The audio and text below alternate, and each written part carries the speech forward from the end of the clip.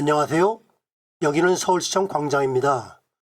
오늘은 서울 한복판에 있지만 관심을 가지지 않으면 지나치기 쉬운 장소를 소개하려고 합니다.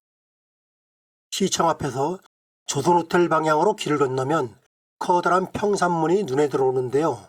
환구단 정문입니다. 환구단의 정문은 철제 울타리로 가려져 있어 정문 옆에 좁은 길로 들어가야 했지만 1년 전에 전면 개방하여 이제는 정문을 통해 들어갈 수 있게 되었습니다. 일제강점기에 환구단 내 건물들이 훼손되면서 정문은 조선철도호텔의 정문으로 사용되었는데 1967년 조선호텔이 신축되면서 환구단 정문은 매각되어 우이동에 있는 옛 그린파크 호텔의 정문으로 이관되었다고 합니다. 오랜 기간 호텔의 정문으로 사용되다가 환구단의 정문이라는 사실이 밝혀져 2009년 현재 위치로 이전 복원되었습니다. 조선호텔 옆에 계단을 오르면 석조기단이 둘러쳐진 곳에 마치 팔각정처럼 보이는 전각이 나타나는데요. 이곳은 환구단이 아닌 황궁호라는 건물입니다. 황궁호는 환구단의 부속 건물로 하늘신과 조선태제의 위패가 모셔져 있는 곳입니다.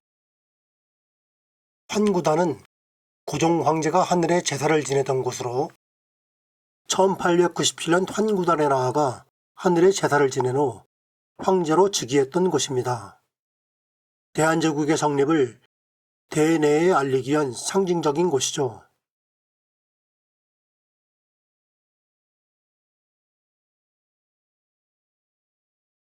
하늘의 아들인 황제가 천재를 올리고 황제로 올랐던 둥근 재단인 환구단은 지금은 보이지 않는데요. 원래 환구단은 3층에 원형재단이 있던 환구단 영역과 아치형의 산문을 통해 들어가는 황궁호 영역으로 이루어져 있었습니다. 일제강점기 일제가 경성철도호텔 신축을 이유로 철거하여 환구단 본단은 없어지고 환구단의 상징물격인 황궁호만 남아 있습니다. 황구단 자리에 호텔을 세운 것은 대한제국의 상징적인 장소를 없앰으로써 민족의 주체성을 억누르기 위한 의도였다고 합니다. 현재 황구단 본단 자리에는 재건축된 웨스틴 조선호텔이 위용을 자랑하며 세워져 있습니다. 이에 따라 남아있던 황궁호 영역과 아치형의 산문은 호텔의 정원 신세로 전락하고 말았습니다. 현재 황궁호 영역에는 자투리 공간에 황구단이 해체되어 남게 된 성물 유적이 있어 황구단의 흔적을 기억할 수 있습니다. 그나마 완전히 엎어지지 않아 다행입니다. 황궁호는 화강암 기단위에 세워진 3층 팔각 건물입니다. 중앙 상부에는 황제를 상징하는 원치형의 지붕이 설치되어 있고 화강암 기단에는 사이기둥마다 해치상이 세워져 있는 것이 아름다움을 더하고 있습니다. 조선호텔 앞에는 황궁호의 정문이자 황구단과의 연결 통로로 쓰인 전축 산문이 있습니다. 마치 호텔의 오래된 정문처럼 보이기도 하는데요. 호텔의 식당에서 보고 있노라면 고즈넉한 분위기를 풍긴다고 합니다. 환구단으로 가는 돌계단은 정교하게 다듬어져 있는데요.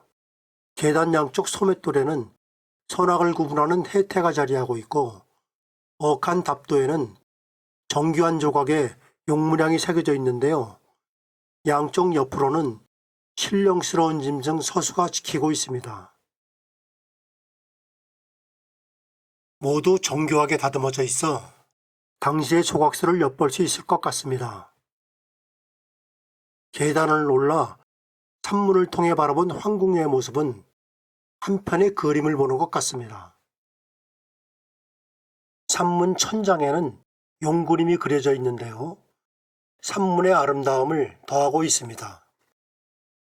그나마 산문과 황궁호라도 남아있어 황구단의 의미를 새겨볼 수 있겠습니다. 황궁호 영역 외곽에 있는 석고는 북모양의 돌북 3개로 이루어진 조형물인데요. 황구단이 세워진 이후 고종직이 40년을 기념하여 만들었다고 합니다. 돌북은 하늘에 제사를 지낼 때 쓰는 악기를 형상화한 곳이라고 하는데요. 몸통에는 용무늬가 새겨져 있어 당시의 뛰어난 조각수를 엿볼 수 있습니다. 환구단은 중국 사신들이 머물렀던 서공동의 남별공터에 세워졌는데요. 중국 사신을 맞이하던 영운문 자리에 독립문을 세운 것과 같은 뜻있는 조치였다고 할 수 있습니다. 하늘에 대한 제사가 중국 황제만의 일이 아니라 조선에서도 할 수 있다는 것을 보여줘 중국과의 관계를 단절하고 대한제국을 선포하여 자주독립의 의미를 갖는 것이었기 때문입니다. 감사합니다.